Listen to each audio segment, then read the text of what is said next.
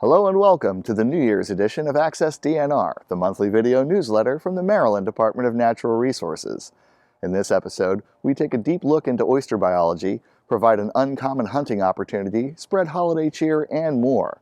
I'm Greg Bortz, your host for this edition of Access DNR.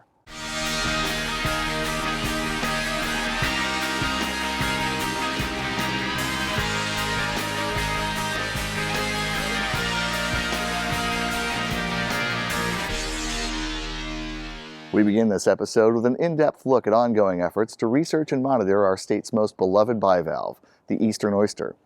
Each year for the past 80, biologists have conducted a fall survey to understand the species' health and population. As explained in previous episodes, the process begins with staff collecting oysters from the bay bottom for analysis at the water's edge. Some of those samples are set aside for the Cooperative Oxford Lab near Easton. Incoming oysters are thoroughly cleaned and prepped, and then a technician removes a small tissue sample and prepares it for culture and staining. A larger cross-section from the entire animal is also taken. After being stabilized, then encased in wax, the cross-section is processed by microtome to render slices only 5 microns thick. Once applied to glass and put through the process of staining, individual slides are carefully examined under powerful microscopes. Studies like this are crucial to understanding shellfish diseases and provide us a more complete picture of this economically and environmentally important species.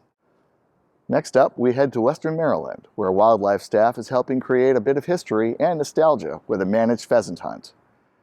In a first for the state of Maryland, 600 pheasants were purchased from a game farm in nearby Pennsylvania. Upon delivery, staff worked diligently to divide up and then place the birds in multiple wildlife management areas throughout Washington, Allegheny, and Garrett counties. Then, in the days that followed, nearly 100 junior and apprentice license holders, including many first-time hunters, had the rare opportunity to rustle up and harvest some pheasants. For our last recap, we follow along with the Natural Resources Police on a few of their many efforts to spread some holiday cheer. We begin at one of their Shop with a Cop events, where officers escort and assist local youth on a holiday shopping excursion. Once the wish list has been satisfied, the fun continues at a local restaurant, where the officers, colleagues, and volunteers wrap those gifts, enjoy a meal, and spend some quality time with their newfound friends. Officers were also on hand for a Marine Toys for Tots charity drive at a local retailer. Despite torrential downpours, the event was a terrific success, collecting 271 toys and several $100s in cash donations. Our sincere gratitude to everyone who contributed. Well, that's a wrap for this month. For the latest news and programs, please follow us on social media, subscribe to our magazine and newsletters, and download our free mobile app. For those of you on YouTube, please give us a thumbs up, subscribe to our channel, and don't forget to share our videos with family and friends.